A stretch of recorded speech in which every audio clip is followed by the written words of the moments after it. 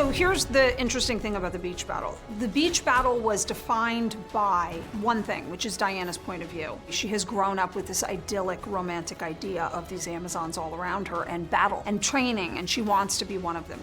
She's seen them train in a very fair and organized way where they all fight and there are rules. And it's one of the reasons her aunt is saying to her, people don't fight fair. Never let your guard down. And so this battle, what was fascinating to me is it's the first time Diana sees her own people turn. They have guns, right? Fire! And this other side of them, which is brutal and capable and willing to wage a battle, and she sees the brutality of man, where man has these guns and these weapons which no one's ever seen before. Here come the Germans. They're coming near shore. They're raising their guns, and one of them lands and runs. And he gets hit by an arrow. Another one gets hit by an arrow. Bang! Behind you! You're hearing a noise. And oh my God! This bird's flying through the air. Bang! Bang! Bang! Bang! Bang! Bang! Bang! And pull it.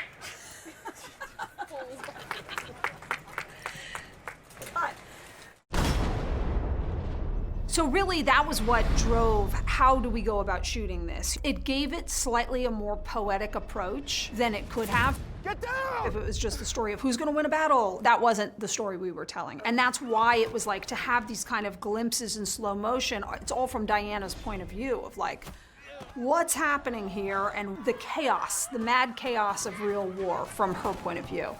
And it just ended up really shaping the story that we were telling. Get past them and to get down. Looking around, looking at what you're doing, getting in position, keep the electricity of it. Am I lined up? Is it gonna hit? Is that a good target? Yes, it is. Eyes on the prize of what you're doing. Storyboards I do for everything and always have. And it's even my own method of going through weeks or months or whatever in advance. I will read a scene and think about what it is that I need, and then I'll storyboard it just for myself.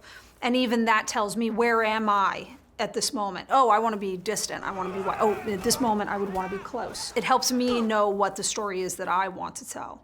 But then as you expand that into something that requires action, it's super important to figure out what it is that you're looking for. And then as a method of conveying information, when you've got 900 people on a day shooting action on 2 beaches simultaneously, there has to be a blueprint. And so it makes it a very simple way. What shot are we doing? We're doing X shot. Everybody, let's look at this shot. Oh yes, I remember. And I remember I need it to continually flow from this shot into this shot. And so it becomes like an architecture blueprint, really.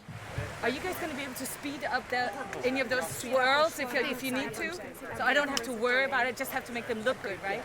This is great. Just take your time on that. Pop the palm up first. And a little bit more twist, right, in that one, Ryan? Yeah. All right. Those blueprints are what started the dialogue between Damon and I about how we would go about it. Damon's just a masterful second unit director and stunt guy.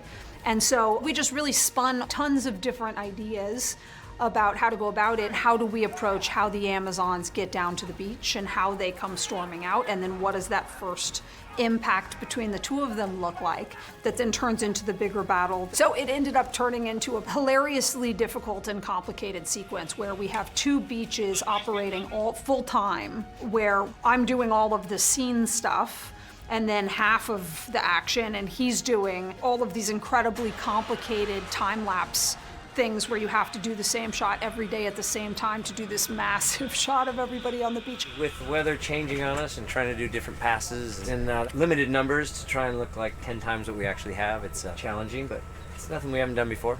And we've done a bunch of rehearsing, getting ready for this, but all the bugs are worked out on the day.